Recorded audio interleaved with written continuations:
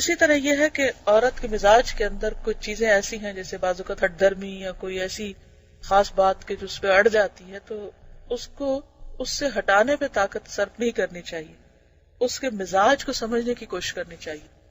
اور چونکہ اللہ نے پیدا کیا اور اللہ نے بتا دیا ہے کہ اس طرح پیدا کیا ہے میں نے اور وہ اسی طرح ہوگی اور تمہارا اس میں امتحان ہے اور تم اس کے ساتھ اچھا سلوک کرو، ضروری نہیں کہ وہ ہر چیز میں تمہاری مرضی اور تمہارے طریقے کے موافق ہو. تو یہ دراصل مردوں کے لیے ایک امتحان ہے اور اس میں عورت کا فائدہ ہے اور اس کو رعایت یہاں دی گئی کہ اس کے اس موڈ اور اس مزاج کی مرد کو رعایت کرنی چاہیے. معلوم ہونا چاہیے کہ عورت کے ساتھ حسن خلق صرف یہ نہیں کہ مرد اس کو تکلیف نہ دے، یعنی اسے ہرٹ نہ کرے، بلکہ اصل حسن خلق کیا ہے؟ اس کی تکالیف کو برداشت کرے. یہ ہے اعلیٰ درجے کا اخلاق. تکلیف دینا تو درکنار، اگر تکلیف پہنچے تو اس کو بھی برداشت کرے، اس کے غصے اور جوش پر حوصلے سے کام لے، کیونکہ عورت جلدی غصے میں آتی اور اس کا کلام، گفتگو اور بہت سی چیزیں جو ہیں وہ جوش پر مبنی ہوتی ہیں، ہوش سے زیادہ. تو ان سب کو برداشت کرنے کے لیے پھر ایک بڑا دل چاہیے ہوتا ہے اور رسول اللہ صلی اللہ علیہ وسلم کی پیروی کرے. صحیحین میں حضرت عمر رضی اللہ تعالیٰ عنہ کی حدیث ہے کہ نبی صلی اللہ علیہ وسلم کی بیویاں آپ سے سوال و جواب کرتی، یعنی انہیں بولنے کی، بات کرنے کی اجازت تھی، کوشچن کرنے کی اجازت تھی، حالانکہ آپ اللہ کے رسول تھے اور آپ جو کچھ پیش کر رہے تھے وہ اپنی طرف سے نہیں تھا، اللہ کی طرف سے تھا. وَمَا يَنطِقُ عَنِ الْهَوَىٰ إِنْ هُوَ إِلَّا وَحْيٌ يُوحَىٰ. لیکن اس کے باوجود آپ کے ازواج مطہرات آپ سے ہر طرح کے سوال کر لیا کرتی، بعض دین کے احکامات کے بارے میں بھی آپ سے حکمت یا وجہ معلوم کرتی، اور کوئی ان میں سے سارا سارا دن آپ سے نہ بولتی، ناراض ہو جاتی. اور یہ حدیث مشہور ہے.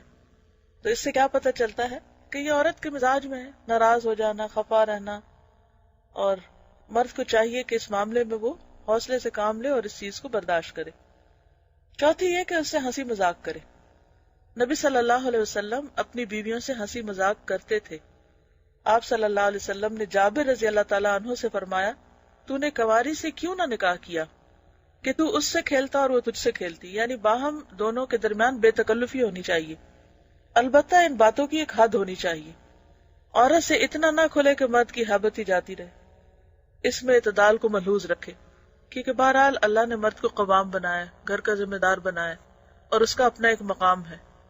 فرینکنس اور فری ہونے کا مطلب یہ نہیں کہ انسان دوسرے کے مقام مرتبے سے اس کو پامال کر کے روند کے آگے بڑھ جائے کہ میں تو یعنی اس سے ناجائز فائدہ نہ اٹھائے. سے ہوتے ہیں لیکن بعض اوقات وہ تکلیف دہ بھی ہوتا ہے. تو صحیح حدیث میں ہے کہ عورتوں سے اچھا سلوک کرو کہ وہ پسلی سے پیدا ہوئی ہیں اور پسلی کا سب سے ٹیڑھا حصہ اس کا اوپر کا حصہ ہے. اب یہ ہے کہ پسلی سے کیسے پیدا ہوئی، تو ہم نے تو پیدا نہیں کیا نا کہ ہمیں پتا ہو، اور نہ ہمیں پوری طرح ایکسپلین کیا گیا، بس ہمیں بتا دیا گیا اور ہمیں ماننا ہے.